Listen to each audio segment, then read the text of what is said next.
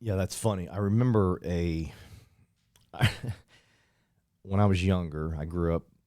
People say I grew up in the 70s. I was born in the 70s, so by 78, I was only 8 years old. So I grew up in the 80s, is kind of how I feel. But I remember being about 11 years old, and this is 1981. You know, all the songs coming out and everything happening in the world. It's all about sitting out in the sun and getting tan, and everybody in my junior high, they're getting tan and laying out, and. And I was like, I want to do that. So I would sit out in my backyard and just cook. And I had red hair and freckles, and I was fair complected. And I would burn. I'd peel it off, man. And I'd go do it again. And I was crazy jealous of my sister. She had this beautiful olive-looking skin, and when she went out in the sun, she looked like a goddess. Just beautiful. It's that Greek, almost olive-looking. It's beautiful. And my mom was the type of person that she would always, shouldn't say always, she rarely would tell you can't do something. She was always the one that if you believe you can do it, do it. But I think she saw enough of her son burning. Skin cancer wasn't the scare that it is today. I mean, it was talked about, no doubt. But she saw her son just frying himself, and she figured she better step in. And she says to me, she says, hey, you can't tan. And again, red hair, freckles. She goes, you got red hair, you got freckles. You're fair complected. You just can't tan. You really need to stop this. And I was angry. And I didn't say the things to her that I was thinking inside, but inside I'm like, I will prove you wrong. I can tan. And I don't know how, but somehow, some way, I figured it out, and I actually get tan.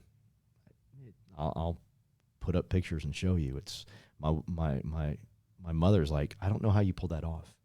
It makes no sense how you pulled that off. And I don't want this to be about, going out and getting skin cancer and tanning yourself to death. That's not what this is meant. What's meant is if you believe you can do something, you want to do it, find a way. I'm not recommending do that. But what I am saying is always find a way when it comes to business. When it comes to success with your marriage, find a way. When it comes to success with being a father, a mother, find a way. When it comes to success of being a great friend, a great role model, great leader, whatever it is, find a way. And it's just, I love my mom because she just believed. She was the greatest leader of my life. Because she'd tell me, she was crazy. I'd say, Mom, I'm thinking about jumping off the building. I think I found a way to fly. And she'd be like, I believe you. If anybody can pull it off, it'd be you. That's just the way she was. And it led me to this life of abundance and greatness. And even when I destroyed everything with alcoholism and my addiction, and we went broke, we had no home anymore, we had no cars. Even through all that, I knew I could pull us out.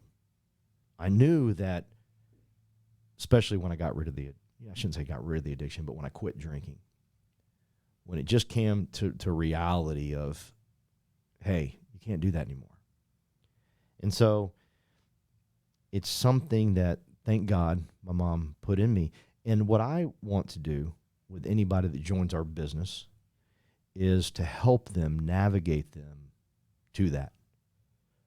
One thing I can't just, I don't want to be a leader. And sometimes people, you're not a leader. What I mean by that is I don't, if you need me to lead you every day, I'm a horrible person. I've not done a good job. Every day, I cringe when people, they give someone the microphone and they'll say, I wouldn't be here if it weren't for Paul Roberts. And I'm like, yeah, you would. You absolutely would. I'm not God. I did not create you. And what I've done is I've created a dependency on me.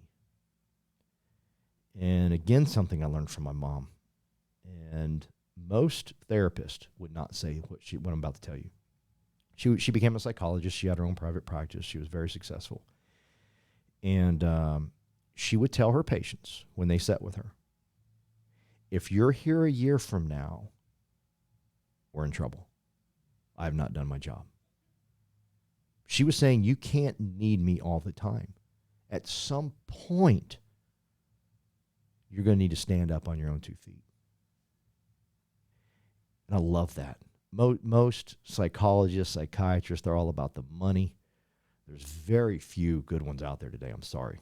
I've been to a lot. There's very few good ones. They really, truly do. Most of them do not care about you getting better. They care about you depending on them.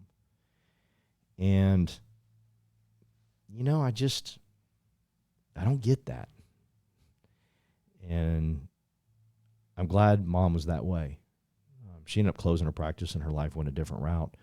But I think that's pretty cool. That's pretty brave when you're building a business. You can't need me forever. I got nothing against meetings and people overcoming addictions using meetings. Nothing at all. I'm not against any organized platform out there at all. I love them all. I think they're great. Here's the challenge. If you need the meetings to live, that's trouble. At some point, you're going to need to stand up and the meeting's going to need you. Like, you're going to need to be the person that runs the meeting. Like, you're the reason people show up. You can't always need a meeting. And that just inspires me. I think it motivates me. And that's really what we're trying to build here with this family. That's really what we're trying to build with this organization. When I met Fitz back in 2005, he fired me up. He said these words, I develop leaders. And he was on a plane once, and someone asked him a question. He was wearing a big ring. And someone asked him, what do you do for money? What do you do for a living? I forget what the question was. And he says, I develop leaders. I said, this is right up my alley. This is what I like. See, because developing leaders means you will develop people that will be stronger than you, that you'll learn from. Developing leaders means you'll build a mentality of, I have a group of warriors, a group of MVPs that are ready to take over the world. That if you take me out of the picture, they're taking over the world with or without me. See, that's leadership development. That's why I don't like being called a leader. Like, you need me to lead you every day? No, I haven't done my job. I want you to lead your company, lead your team. And that's really what it's all about here. And again, I don't lose sight of the tanning thing. That was just something that stuck with me my whole life of, hey, if I can pull that off, what else can I pull off? What else can I do? What else can I achieve? And that helped me through, alcoholism, addictions, drug use, just crazy stuff. And it led me to great success of, if you want it, you'll get it. And really what I want you to get from this is, with everything inside of you, you want leadership. You want to have influence. You want to help people go to the next level in life. You want to help them go to the next place in life where they become the leader. And it's powerful, man. It's powerful and loving.